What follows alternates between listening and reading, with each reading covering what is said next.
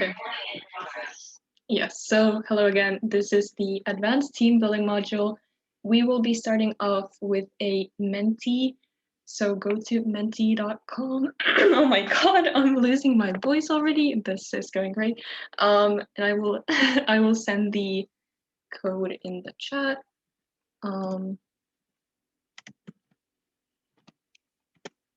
Menti.com. Yes.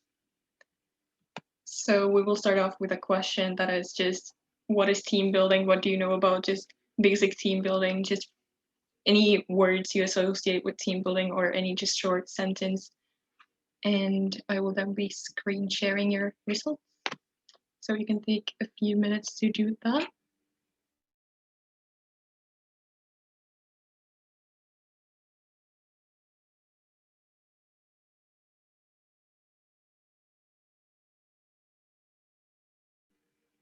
Oh, no.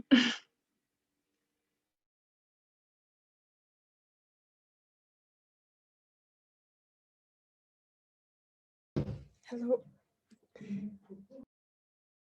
No, not that. Child, let me just, okay.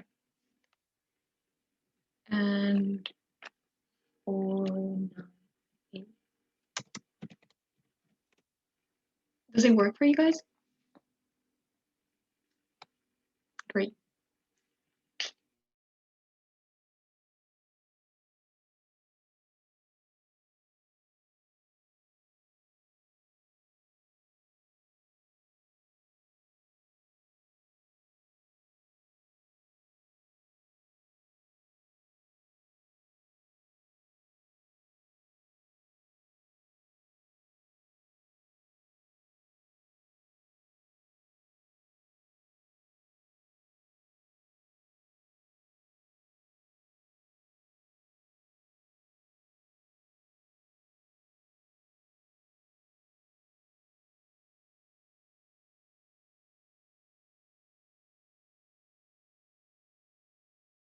Okay, I'm seeing some stuff here already. Committee bonding, it brings the team together, getting to know each other, bonding, breaking initial social barriers, feeling safe within a group, ice breaking.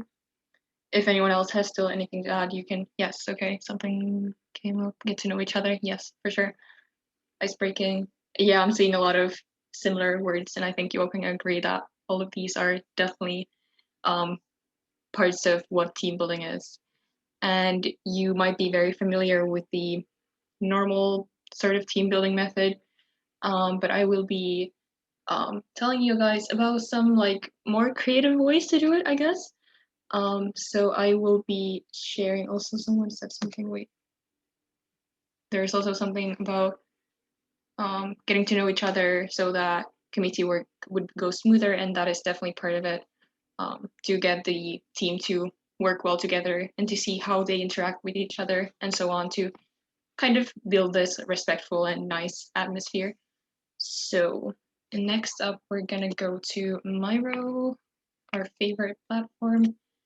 I will also be screen sharing, but you can follow in your own screen if you prefer that. And we will be starting off here in the purple one.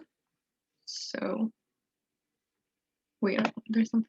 Okay, yes, Miro, we love Miro. So basically, we'll go here through why first, about the adaptive team building method. This is one of the methods of team building that you might want to try out. That is like not the standard one, basically. And why you would want to use adaptive team building. Basically, what it is just that you adopt the team building based to your topic more, and you more just like create this cohesion and not this barrier of now it's team building and now it's committee work and they're two separate entities with two separate kind of purposes. You basically just merge them together in different ways. So basically, people have this idea of either like you focus at one time, you focus on the delegates' personal development, and then at other times you focus on the academic output, and the more time you take towards the academics, the less time there is for personal development. But this is not true, because you can do the two things like at the same time, basically, for example, using this method. And through using adaptive team building, the delegates are also going to understand the topic a bit more, because the topic will be in different ways brought into team building, so that it helps you kind of see how the delegates interact with each other, and also their working styles and how they understand the topic, their different opinions, kind of that thing. And yeah, like a lot of people are like, oh, I only care about my delegates' personal development and well-being, and the level of academic output doesn't really matter to me. But at the same time, you can do both. It's not like you have to focus on one or the other. You can definitely do both at the same time. So here are two teams, basically. Here's a football team and an office team. And what I basically want to ask you guys is that if you were to have these two teams, would you do like team building the same way for the same, like these two different teams? If anyone wants to answer, would you do it differently or the same way?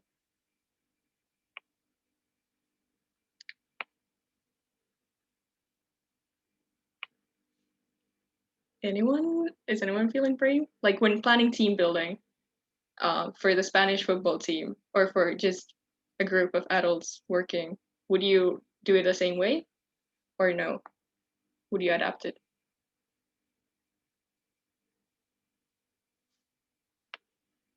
Anyone? Yeah, Yes. I would definitely do it differently, considering the people in the office wouldn't like to run a marathon, but maybe the Spanish team would. And I definitely integrate it more with the goals of their. So obviously the Spanish team are there for football. So I try to do more activities that are orientated around stuff that they'd already do, maybe different things, but it'd definitely be more physical based. And like a lot more trust games, like the falling game. Obviously, you can't do it digitally, but activities that actually require more like physical contact, because obviously when they're working on a team, it's a lot more dynamics like that. Whereas with an office team, well, movement and physical activities are so useful. It wouldn't be to the same extent. Yes, for sure. So basically, both of these are a team that both have a common goal that they want to work towards within their team, and they need to communicate with each other, but they have different characteristics and they have different backgrounds and different goals and different skills. So you should always, when you look at your committee, you shouldn't think that you can have any like the same plan for any type of committee. Like you need to get to know your delegates, and based on that, you need to adapt your team building and your committee work based on what are their previous experiences, what do they know, what are they good at, what are they comfortable with, and so on. So basically just pre-session, for example, you need to get to know your delegates a bit so that you can adapt it to them. And that is basically the point of this. Then moving on to here, let me zoom out. Basically in EYP, you might be familiar that there are 3 different types of topics. Some of them fall into a few of these categories, some of them fall into all of them. So it's not strictly like one topic is just strategic. It can be strategic and a conflict topic, for example. But basically just to go through these so that you get an understanding of the different types of topics and how you can use these themes in team building. So basically strategic topics are where there's a lot of different actors in play, and you basically have to come up with the best solution possible so that everyone is basically happy with what is decided on. So basically just deciding a strategy based on a lot of moving factors. And then creative topics is basically you have to come up with solutions to a problem. You have to come up with unique solutions that have not like existed before. And then you have to in moral/conflict topics, you have to kind of, it's more about ethics and deciding what is right and wrong. But as I said, like these themes can like coexist. So you can have a strategic and a conflict topic that is like the same topic with the two themes.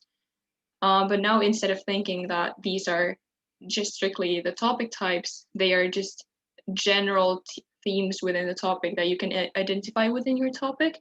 So for example, you can look at a small part of your topic and identify that, oh yeah, this is a conflict in my topic. For example, your key conflict, and you can use those themes in your team building. Basically, you can there's like 3 different stages that you can use when you want to adapt your topic into your team building. So first off is the where you match your team building approach to the topic as a whole. So here comes in the creative, moral, and strategic side. So basically, in the like creative side, you should focus on games that encourage more like autonomy and more like personal freedom, and you let the delegates take ownership of their like entire like process, and you encourage original ideas, and you encourage this like positive atmosphere where everyone's kind of ideas are welcome and original ideas are very much like encouraged. And that is, for example, by doing positive brainstorming and so on. And with moral, the moral side, you can, for example, um, play different games to see how the committee handles difficult conversations. So how they communicate with each other and get them to kind of communicate with each other more respectfully and more in a constructive way, and making sure that even if they have like a million different opinions, they can come up to like they can reach a consensus. And then with more like the da, da, da, da, the strategic side is like you juggle multiple balls in the air at the same time. As I mentioned earlier, it's like a lot of different actors, a lot of different interests that come into play. So playing games that basically they have to juggle a lot of different like moving factors, and they have to see like problems that are connected with each other and how they can handle those. And here it would be like important to make sure that you like don't give them too much time with things, like be have a lot of emphasis on the time management and like be punctual and so on, but also just make sure that again they are being respectful with each other, and even again if they have different opinions, that there is this like respectful atmosphere. And then the second stage is basically how you can better adapt your team building to your topic. So here you can basically you have to like target aspects of your topic through specific team building games, and also breaking down the themes into specifics. So for example, within the conflict you can find a like sub theme within the topic. So again here you can take the strategic, creative, and moral sides, and in the creative one you can use like more like topics that require you to like invent new things and so on. So for example, let's say envy with the women's health, that would fall into the kind of creative category. And there you can, for example, play games like the left shoes game, where they have to come up with like a different ways to use left shoes. And for example, also coming up with the golden rules of the committee could be important for this type of topic, and just in general, obviously, but just playing different games where they have to come up with creative ideas um, would be good for like topics that then later require creative ideas in the committee work. Then we have the conflict, like moral conflict, more those types of themes and topics, where you, again, it's a lot about like morality, norms, and so on. This would, for example, be the jury topic. Um, and here you can, for example, play Abigail. That's a very classical like game where you find out their morals and they have some sort of conflict. And also the Tesla dilemma, for example. So like focusing on more those types of games with those types of committee topics will then help you later, because it will help you sort of create this atmosphere of them again being respectful with each other, listening to each other, again, if something goes a bit off, you can take that up in debriefing and so on. So basically just like already in team building, see how they interact with like a moral conflict, so that then in the committee work, when again it's about like moral conflict, you can basically just see how they worked, and then you can adapt your committee work around that. And it will also help them, like if they know how to discuss with one another already, like back then, it's going to help them. Then also the strategic topics. So basically here it's a lot about like which type of solution is better and which type of solution is worse, and who deserves something more than the others, type of thing. So for example, Deve would kind of fall into the strategic type of category. So here you could play games of like hot air balloon, where they have to throw out people, and the deserted island game, where they have to pick different objects. So basically just like deciding what is the best option out of all the possible kind of options. And so basically what you have to do is you have to look at your topic, look at your TO, and kind of identify what type of issues exist in your topic and what areas your topic kind of consists of, and what themes you can come across, like what parts of your topic are kind of more conflict based. And then you can, based on that, you can adapt your team building. And you can also like change the rules of a game that already exists to kind of emphasize one of the conflicts more than the other. Like you can take a classical game and adapt it more to your topic, and I will get to that a bit later. So here, adapting specific team building games to the topic. So basically more the content of the topic. So here you can play games that either like directly touches upon the topic, or more like it's like subtly.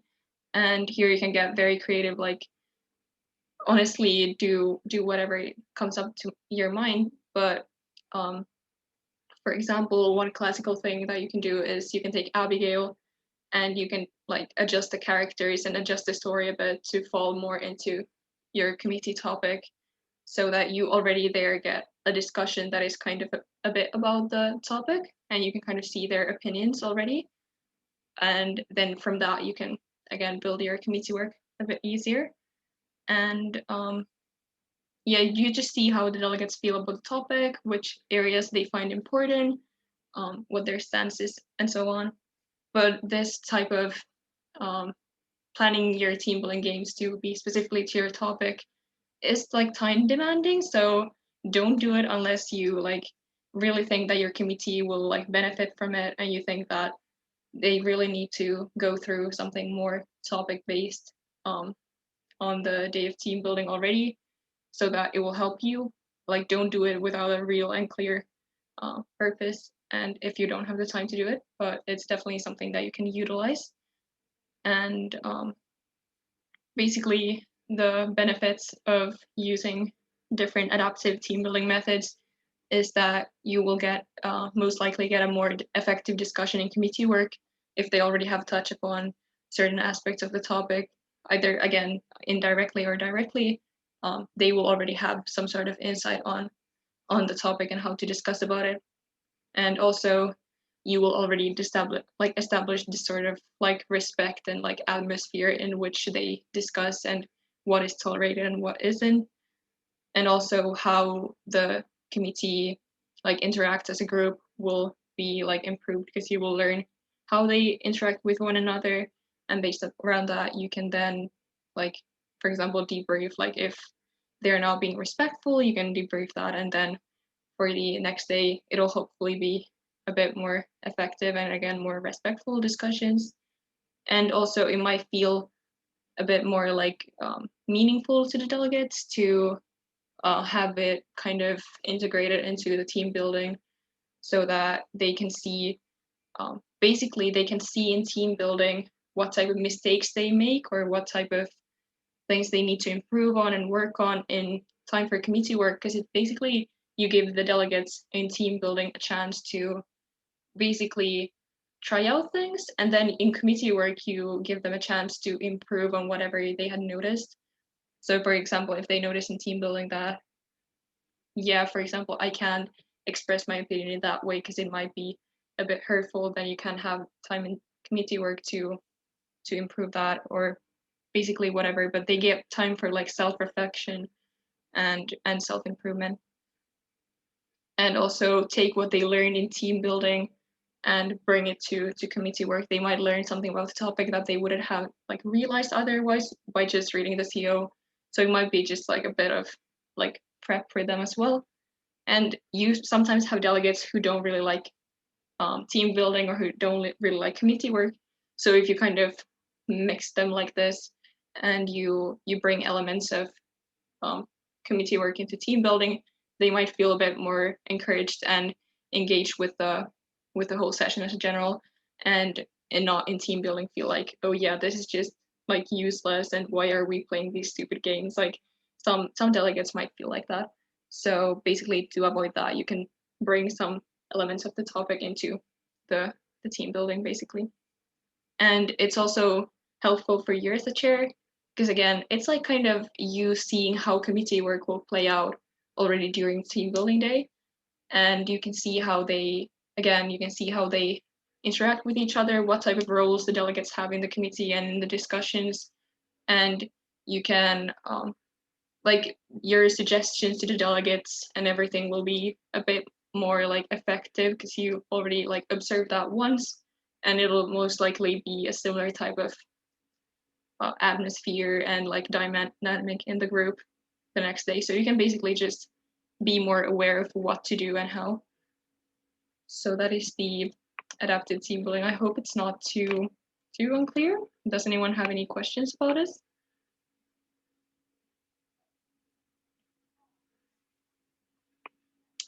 I will take that as a no. I will also, if you want to, after this, I can send you basically on the notes that I have used to create this, so you can look back at it if you forgot something that isn't written down here, and so on. And I can also help you with more like topic tailoring the games. So yes. And now moving on to the second kind of a different way of doing team building. So this is even more mixing up the team building and the committee work.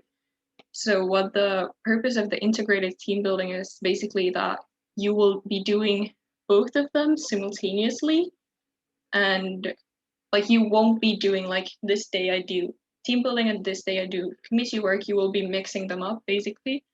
So this is done basically again to kind of keep the delegates' attention and engagement throughout the whole thing, so that it's not again just the delegates who like just team building, they're just bored the entire committee work time, and vice versa. If you mix them again, you can get them a bit energized, you can get their heads in the game, and so on. So what you would start off, this is basically just an example structure, and you can get inspired by this. You wouldn't have to like follow it step by step like exactly like this. If you think another order would be more suitable for you, or you want to add something, definitely you can change it around, but this is basically just an example. So you would start off with name games, like just normal name game, and then go on to icebreaker. In that phase it's like normal, but then you would go into the topic definition and topic introduction. So basically you could do like explain this topic to a 5-year-old. You could do underlining keywords, something like that. Then you would go into an icebreaker again and a get to know game. And then you will go to brainstorming the topic. So basically doing a wall of knowledge or any other kind of method that you would prefer to just brainstorm the like key fact of the topic and having all of them there. Then you would do another like game based on like how bonded the committee is. You can do like an icebreaker or a get to know game. Then you would do discussion and grouping. So basically, based on what is there in the wall of knowledge, everyone would kind of, or whatever method you use, everyone would kind of use their brainstorming and present them to each other. And then you would kind of see if you have any similar ideas or anything, and kind of just like group everything and structure everything a bit more like clearly, then you would do a brainstorming game. This can, for example, be like, again, the left shoes game where they have to brainstorm how to use like 45 different ways to use a left shoe or something, just that they get in the brainstorming mindset. And then you would go into brainstorming the ICs. So basically that transition is then you get them into the brainstorming mode, and then you go into the brainstorming of the like academic brainstorming. And then you would again do a game, just again get to know, or any other game that you would want to play. And then you will go into a hard problem solver. So that would be like an Abigail or something like that. And then you would debrief that, obviously. And then you would discuss the ICs. So you would go back to the ICs, and why you would want to do the problem solver before discussing the ICs is basically they already have to kind of see each other's opinions. They have to solve a problem, and when they discuss the OCs, they also have to basically just listen to each other, see each other's opinions, and all that. So you bring the elements of the problem solving and utilize that as a base to discussing the ICs and like grouping them and whatever you want to do in that kind of section. Then you would go into a problem solver that is about picking the IC, like no, picking different things. That can be, for example, again, the deserted island game. They have to throw out a certain number of objects from the island, and again, they have to discuss that, but mainly it's the idea of they have to pick something. And then you would go in selecting IC. So again, it's like a bridge from playing a game where they have to select something, and then they go into, oh, we have to select the ICs. So then they, again, you see how they cooperate with each other in the selection phase in the team building game, and then they go into the, again, the committee work. So it's basically just prepping them each time in all of these sections. It's just prepping them for what's to come in the prepping them in the team building for what's to come in the committee work, pretty much.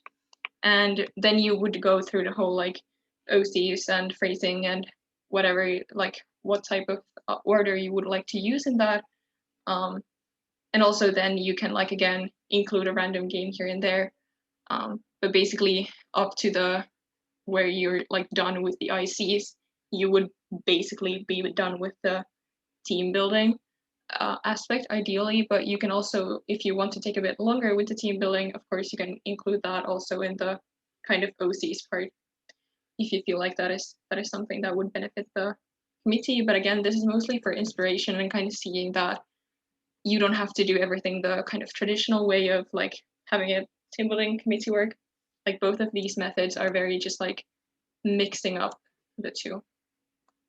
So with the integrated team building, there's like benefits and also like kind of disadvantages. It depends really.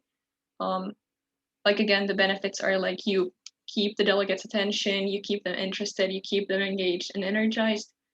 But again, it might be a problem in the team bonding side if you don't do it properly. Like if you don't go through all the stages of the FIRO in the like team building games, even if you do it more split up, then there might be some issues with the team bonding. And also if you focus too much on the committee work, then it might be like a bit disbalanced. So again, it requires a lot of thinking and a lot of planning and making sure that everything works well. And you can also like, you can try it out. And if you see that it doesn't work with your committee, then you can like change it up. You can always have a backup plan.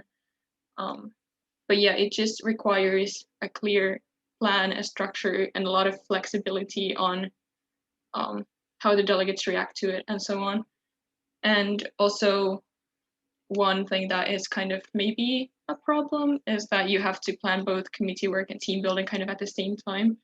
So you can like really go into team building day and not have anything like planned on the committee work side. So again, it requires more planning on your end and all that, but it's very like it depends on how much how much time you have to allocate to your planning and to your thinking through the entire structure. And also it just depends on your delegates. Like I would say this method maybe works better for delegates who are a bit more like, oh yeah, let's be here and work and let's focus on the academic side like more. If they care about it more, then maybe this would work better. But again, it can work with just like a regular committee type of thing. But again, I would just say that getting to know your delegates is like key for all of this. So yeah, I have tried out this method, and when I tried it, it worked like fine. It was no problem. But again, it's like a very committee thing and how you do it and how you plan it. So yeah, definitely up to you on how you want to do it. And also like the purpose of this module is not to be like, oh yeah, the classical team building methods like are not good or are not creative enough or anything. Like definitely like not. You can definitely do the classical like team building and then you go into committee work and you can experiment more with the committee work methods. But this is more to kind of get you thinking, get you reflecting, and get you to see that yeah, maybe I can do it another way than just doing it the standard way. But yeah, do you guys have any questions at this point? Was anything unclear? Okay, I will take that as a no. Great.